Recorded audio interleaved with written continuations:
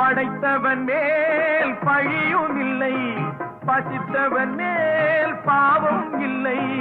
கிடைத்தவர்கள் பிரித்து கொண்டார், உழைத்தவர்கள் தெருவில் நின்றார். பலர் வாட வாட சிலர் வாழ வாழ ஒருபோதும் தெய்வம் பொறுத்ததில்லை. கொடுத்ததெல்லாம் கொடுத்தான், அவர் யாருக்காக கொடுத்தான்?